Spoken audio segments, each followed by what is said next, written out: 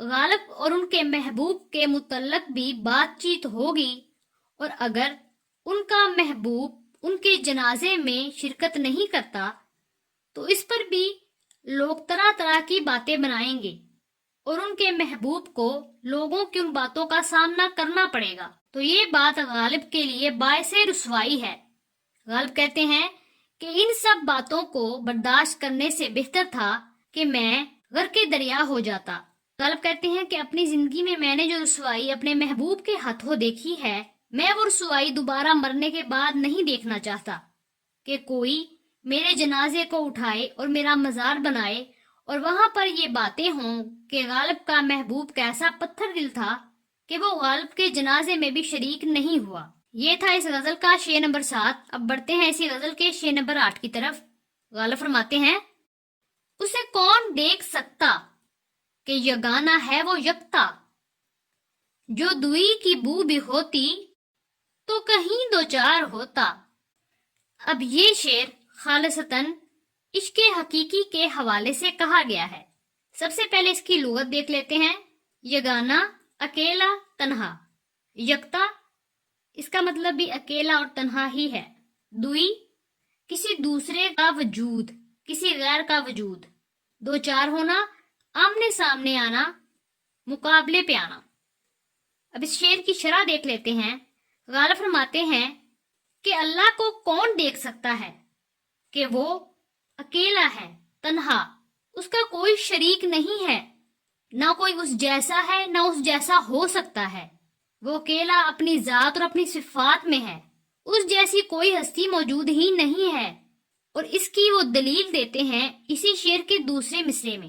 وہ کہتے ہیں، جو دوئی کی بو بھی ہوتی تو کہیں دو چار ہوتا، یعنی اگر اللہ کے جیسی کوئی اور ہستی موجود ہوتی، جو کہ بالکل بھی نہیں ہے مسلمانوں کے نزدیک اور نہ ہو سکتی ہے کبھی بھی، تو یقیناً وہ ہستی کہیں نہ کہیں اللہ کے ساتھ دو چار ضرور ہوتی۔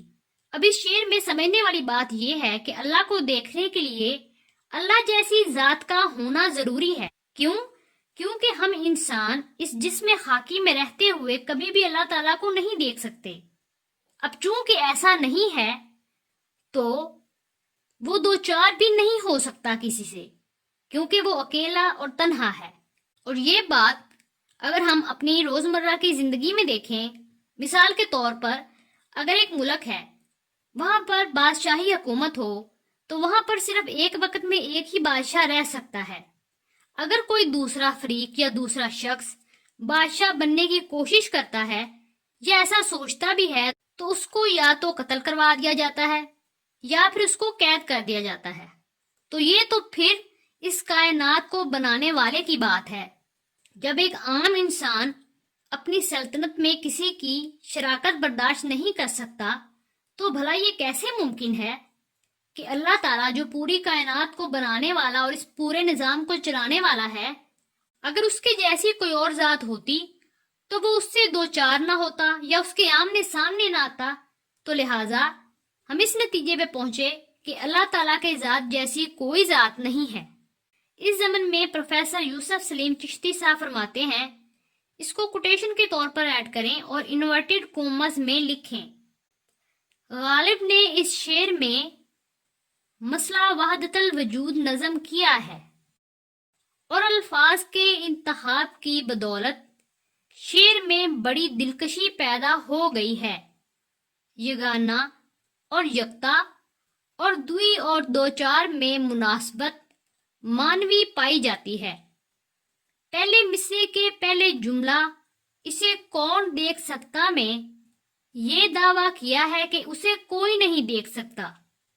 دوسرے مصرے میں دلیل دی ہے کہ اس کی وجہ یہ ہے کہ وہ وجود حقیقی یکتا ہے، اس کے سوا دوسری ہستی موجود ہی نہیں ہے۔ یہاں پر اس کوٹیشن کو کلوز کر دیں، انورٹڈ کوماس کو کلوز کر دیں۔ اگر آپ لوگ اس کوٹیشن کو ایڈ کرنا چاہتے ہیں تو اس کو ایز اٹ از ہی کریں، ورنہ اس کے نمبر نہیں ملیں گے۔ باقی جو میں نے اس کی شرح بیان کی ہے یہ بھی کافی ہوگی اگر آپ اس کو ایڈ نہیں کرنا چاہتے تو۔ اب بڑھتے ہیں اسی غزل کے شعر نمبر 9 کی طرف۔ غالب فرماتے ہیں، یہ مسائل تصوف یہ تیرا بیان غالب، تجھے ہم ولی سمجھتے جو نہ بادہ خوار ہوتا۔ سب سے پہلے اس کی لغت دیکھ لیتے ہیں۔ مسائل تصوف، مسائل دین اور علم و حکمت۔ ولی، نیک، برگزیدہ، اولیاء اللہ۔ بادہ فارسی زبان کا لفظ ہے اور اس کا مطلب شراب یا میں ہے۔ بادہ خوار، شراب نوشی کرنے والا یا میں خواری کرنے والا۔ اب اس شعر کی شرح دیکھ لیتے ہیں۔ اگر غالب کی شاعری کو دیکھا جائے تو نہ صرف یہ کہ اردو شاعری بلکہ فارسی شاعری میں بھی ہمیں مسائل تصوف جا بجا نظر آتے ہیں، اور غالب کا ان کو بیان کرنے کا طریقہ بھی نہایت دلکش اور دل نشین ہے۔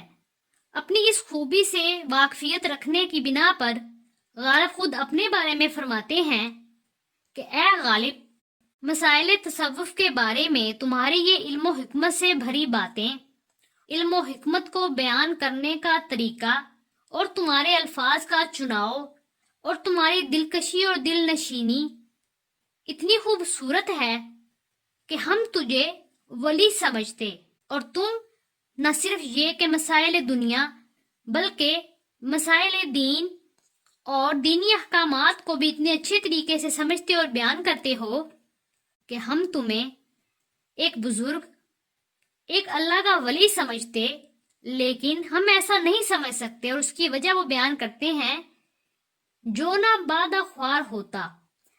چونکہ تم میں نوشی کرتے ہو، شراب پیتے ہو، اس لیے ہم ایسا بالکل بھی نہیں سمجھتے، نہ سمجھ سکتے ہیں کہ تم اللہ کے ولی ہو۔ ہاں، ہم اس صورت میں سمجھ سکتے تھے جب تم شراب نہ پیتے ہوتے۔ ایک دفعہ غالب کسی کے ہاں مہمان بن کر گئے تو ان کے میزبان کے ہاں کچھ لوگ بیٹھے ہوئے تھے، تو انہوں نے پوچھا کہ اے غالب، آپ مسلمان ہیں؟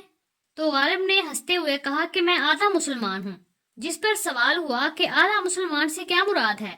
جس پر غالب نے فرمایا کہ میں شراب پیتا ہوں لیکن سور نہیں کھاتا، یعنی اپنی میں نوشی کا خود غالب کو بھی کلک تھا، اور وہ اس بات کا ادراک رکھتے تھے کہ وہ شراب نوشی کرتے ہیں جو کہ مسلمانوں کے ہاں اور اسلام کے ہاں بالکل بھی قابل قبول نہیں ہے۔ اسی لیے وہ اپنے اوپر بھی طنز اسی وجہ سے کرتے ہیں۔ اس سے ہمیں غالب کی طبیعت اور ان کی فطرت اور ان کی سادگی اور سچائی کا بھی پتہ چلتا ہے کہ وہ اپنے بارے میں بھی، اپنی ذات کے بارے میں بھی سچ بولنے سے کتراتے نہیں ہیں۔ یہ تھی آج کی ویڈیو۔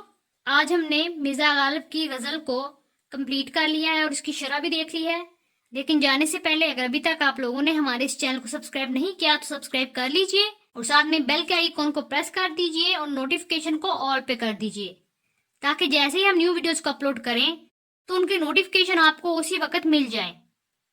اگر آپ کو ہماری ویڈیوز اچھی لگ رہی ہیں اور انفارمیٹیو لگ رہی ہیں تو ان کو لائک اور شیئر کرنا بھی مت بھولیے گا۔ آپ سے ملتی ہوں ایک نئی ویڈیو کے ساتھ، تب تک کے لیے اللہ حافظ۔